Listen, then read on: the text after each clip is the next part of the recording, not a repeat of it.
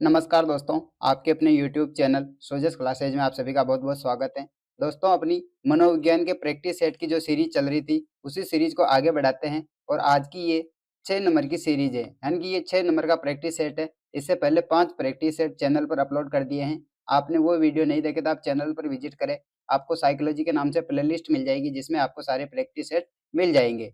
दोस्तों, इसमें अपन बाल विकास और शिक्षा शास्त्र से संबंधित क्वेश्चंस देख रहे हैं, जो कि रीड प्री एंड मेंस 2025 के लिए ये इम्पोर्टेंट सीरीज है।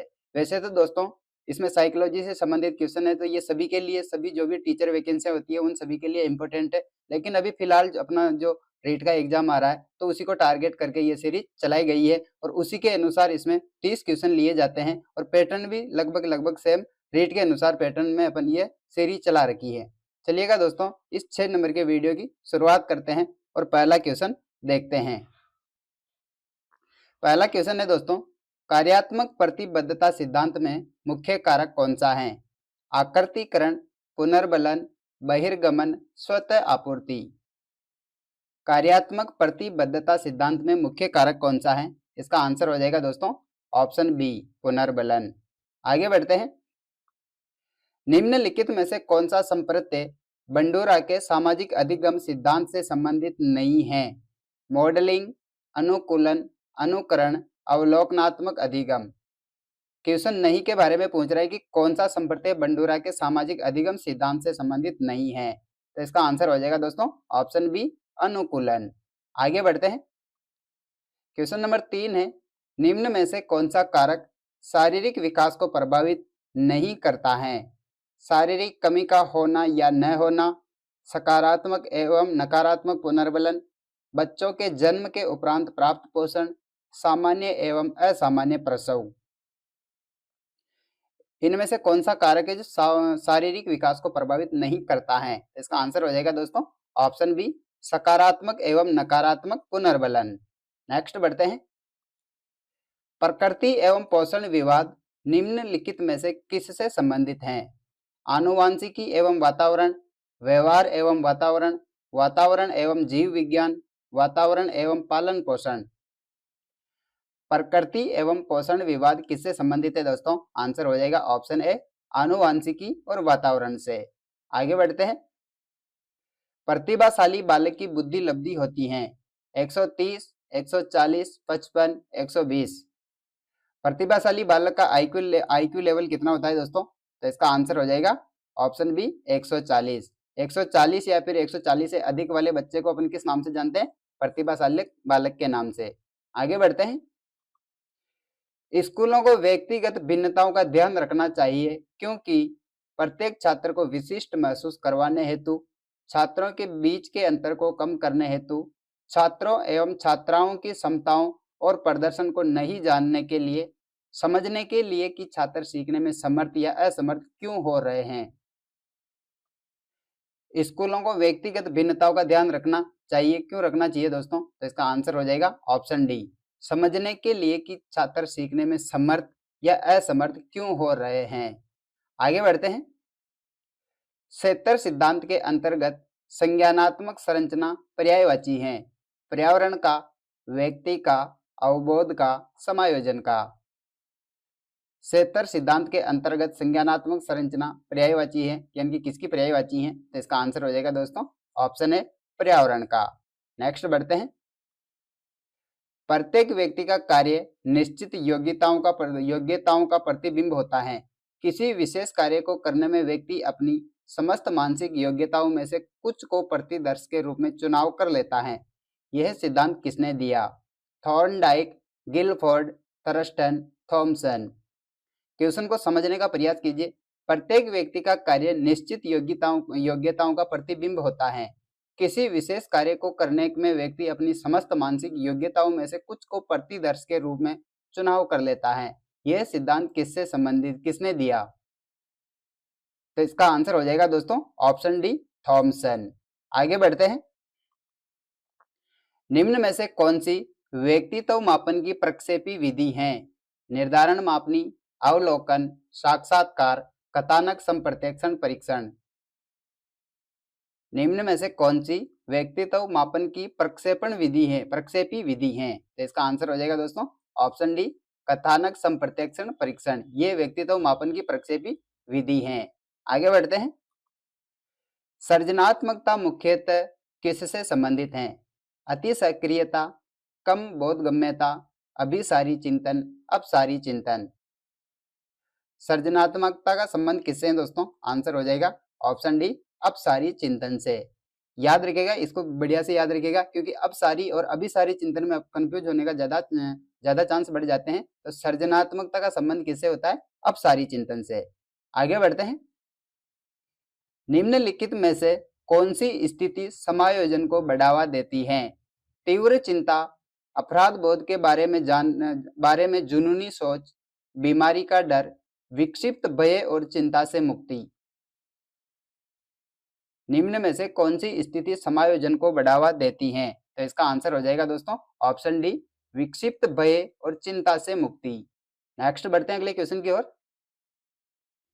बच्चों में नैतिक व्यवहार को सीखने का मुख्य आधार प्रेक्षण है। यह मत निम्न में से किस सिद्धांत का है? सामाजिक अधिगम सिद्धांत, मनोविश्लेषण सिद्धांत, जीन पियाजे का नैतिक विकास का सिद्धांत, लॉरेंस कोहलबर्ग का नैतिक विकास का सिद्धांत। बच्चों में नैतिक व्यवहार को सीखने का मुख्य आधार प्रेक्षण है, तो इसका सही आंसर हो जाएगा दोस्तों ऑप्शन ए सामाजिक अधिगम का सिद्धांत। नेक्स्ट बढ़ते हैं अगले क्वेश्चन की ओर। बुद्धि लब्धि का निम्नलिखित फॉर्मूला किसने दिया? और फॉर्मूला क्या है दोस्तों? बुद्धि लब्धि बराबर मानसिक आयु बटा कालानुक्रमिक आयु इंटू 100। और इसको डायरेक्ट अपनी भाषा में देखें तो इसका IQ बराबर MA बटा CA इंटू 100। तो ये फॉर्मूला किसने दिया? ऑप्शन है विलियम स्टर्न, टर्मन, बिने, गाल्टन। बुद्धि लब्धि का सूत्र किसने दिया दोस्तों? तो इसका आंसर हो जाएगा ऑप्शन बी टर्मन ने। आगे बढ़ते हैं। रवि का बुद्धि परीक्षण इंगित करता है कि वह औसत से लेकर औसत से अधिक बुद्धिमत्ता की श्रेणी में आता है। हालांकि पढ़ने, वर्तनी, सामाजिक विज्ञान और विज्ञान में उसके ग्रेड बहुत कम हैं। उसके गणित के ग्रेड काफी अधिक हैं। रवि लेखन कौशल में अच्छा है। रवि में अधिक संभावना है। क्वेश्चन को ध्यान से पढ़िएगा और ध्यान से समझने का प्रयास कीजिएगा। क्वेश्चन बहुत इंपॉर्टेंट क्वेश्चन है ये, और ऐसे क्वेश्चन पूछे भी जाते हैं। ऑप्शन है इसके dyscalculia, dysgraphia, dyslexia, dysphagia. Question को पढ़ रहा हूं फिर से। रवि का बुद्धि परीक्षण इंगित करता है कि वह औसत से लेकर औसत से अधिक बुद्धिमत्ता की श्रेणी में आता है। हालांकि पढ़ने, वर्तनी, सामाजिक विज्ञान और विज्ञान में उसके ग्रेड बहुत कम है। उसके गणित के ग्रेड काफी अधिक है। रवि लेखन कौशल में अच्छा है। रवि में अधिक संभावना किसकी है? तो इसका आंसर हो जाएगा दोस्तों ऑप्शन सी डिसलेक्सिया की, यानी कि पढ़ने से संबंधित विकृति। आगे बढ़ते हैं। सीखना व्यवहार में उत्तरोत्तर सामंजस्य की एक प्रक्रिया है। यह कथन किस शिक्षाविद के द्वारा दिया गया है? यह अधिगम की परिभाषा है। सीखना व्यवहार में उत्तरोत्तर सामंजस्य की एक प्रक्रिया है। यह कथन किस शिक्षाविद के द्वारा दिया गया है? स्किनर, वुडवर्थ, क्रो एवं क्रो, गेट्स एवं अन्य। सीखना व्यवहार में उत्तरोत्तर सामंजस्य की एक प्रक्रिया है। यह कथन किस शिक्षाविद के द्वारा दिया गया? तो इसका आंसर हो जाएगा दोस्तों ऑप्शन ए स्किनर के द्वारा। आगे बढ़ते हैं। कक्षा 2 की छात्रा सृष्टि को अध्यापिका ने मूल गणित विषय के सवाल करवाए। अगले दिन उसने बाजार में सामान खरीदने के उपरांत दुकानदार द्वारा की गई योग की गलती को चिन्हित करके सही करवाया। यह अधिगम का कौन सा प्रकार है? नकारात्मक स्थानांतरण, सकारात्मक स्थानांतरण, द्विपक्षीय स्थानांतरण, शून्य स्थानांतरण। यानी कि बच्ची ने जो स्कूल में जो सीखा उसका उपयोग वो बाजार में कर रही है। ये किस प्रकार का अधिगम स्थानांतरण है? तो इसका आंसर हो जाएगा ऑप्शन बी सकारात्मक स्थानांतरण। आगे बढ़ते हैं। एक व्यक्ति में एक समय पर दो विपरीत इच्छाओं का होना कहलाता है। द्वंद्व, कुंठा, चिंता, दबाव। एक व्यक्ति में एक समय पर दो विपरीत इच्छाओं का होना क्या कहलाता है? तो इसका आंसर हो जाएगा ऑप्शन ए द्वंद्व। आगे बढ़ते हैं। निम्न में से किस सिद्धांत को पुनर्बलन का सिद्धांत भी कहते हैं? क्रिया प्रसूत अनुबंधन सिद्धांत, उद्दीपक अनिक्रिया सिद्धांत, शास्त्रीय अनुबंधन सिद्धांत, अंतर्दृष्टि सिद्धांत। ये सिद्धांतों के उपनामों से संबंधित क्वेश्चन भी पूछा जा सकता है।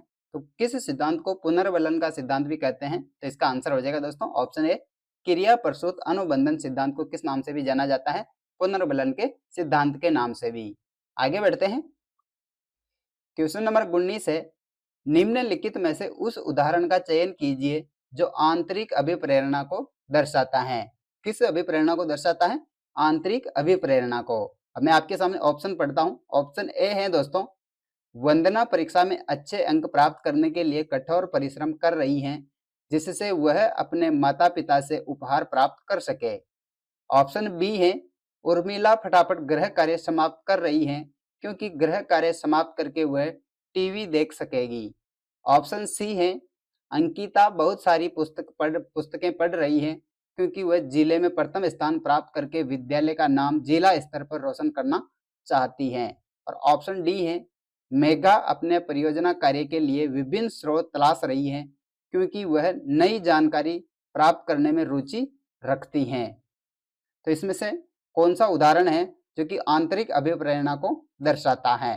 तो इसका आंसर हो जाएगा ऑप्शन डी, मेघा अपने परियोजना कार्य के लिए विभिन्न स्रोत तलाश रही है, क्योंकि वह नई जानकारी प्राप्त करने में रुचि रखती हैं। ये इसमें आंतरिक प्रेरणा का उदाहरण है।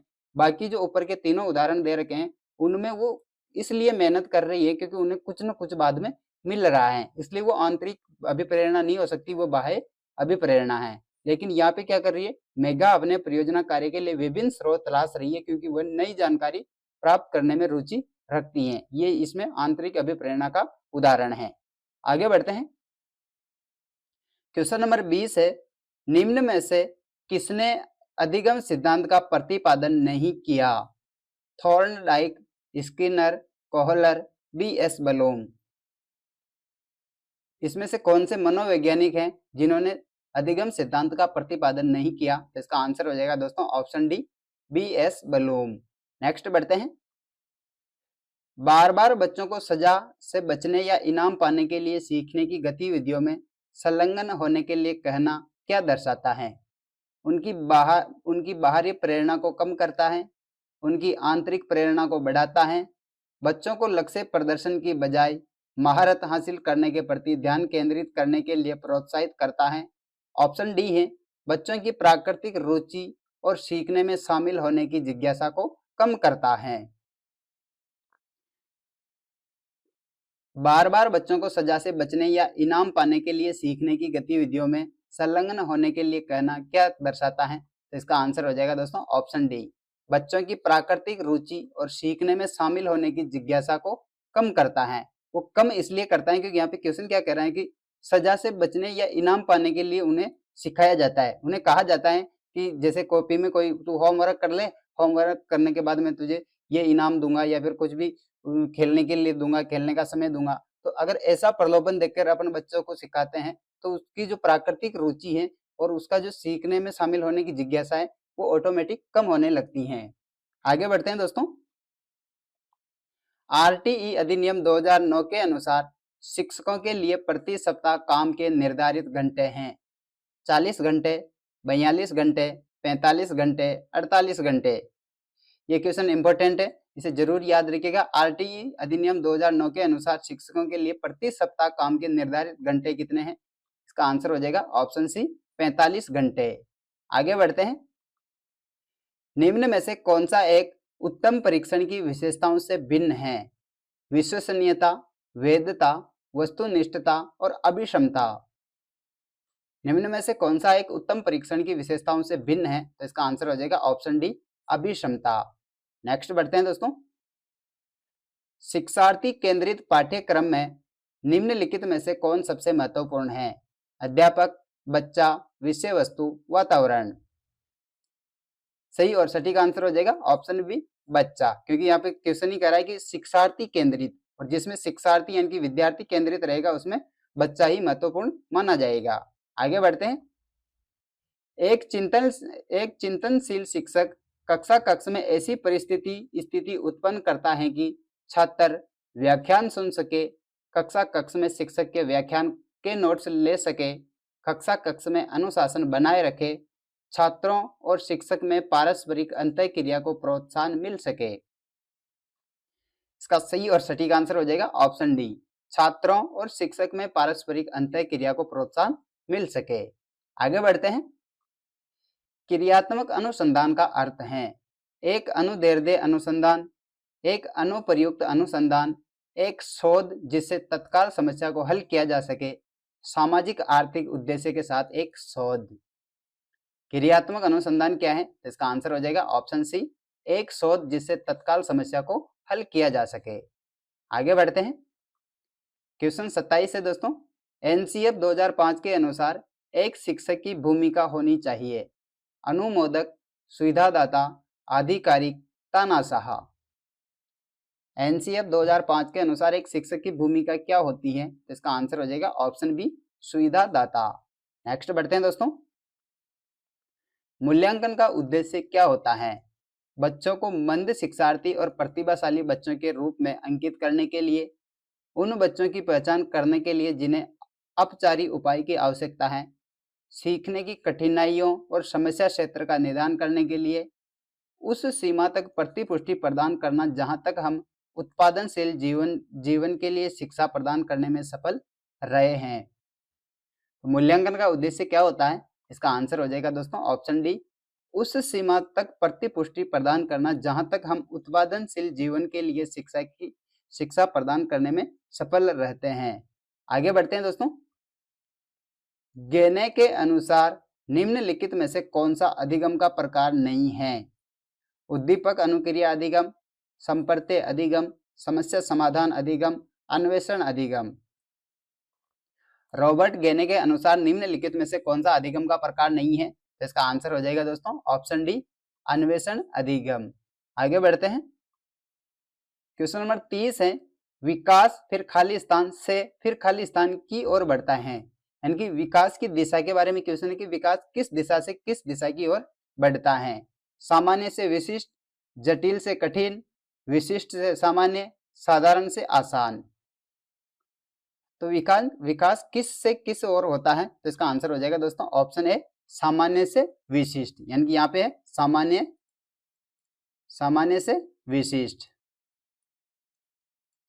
तो विकास की दिशा क्या है? विकास सामान्य से विशिष्ट की ओर बढ़ता है।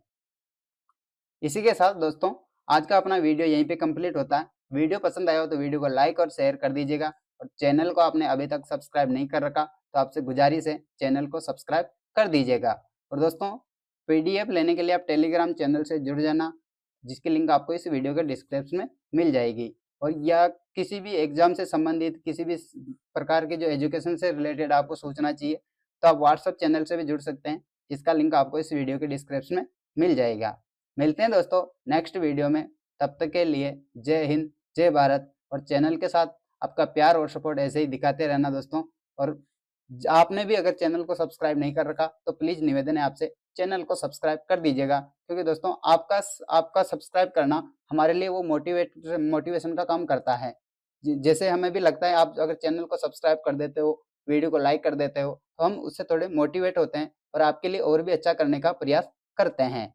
इसी के साथ मिलते हैं दोस्तों नेक्स्ट वीडियो में। जय हिंद, जय भारत।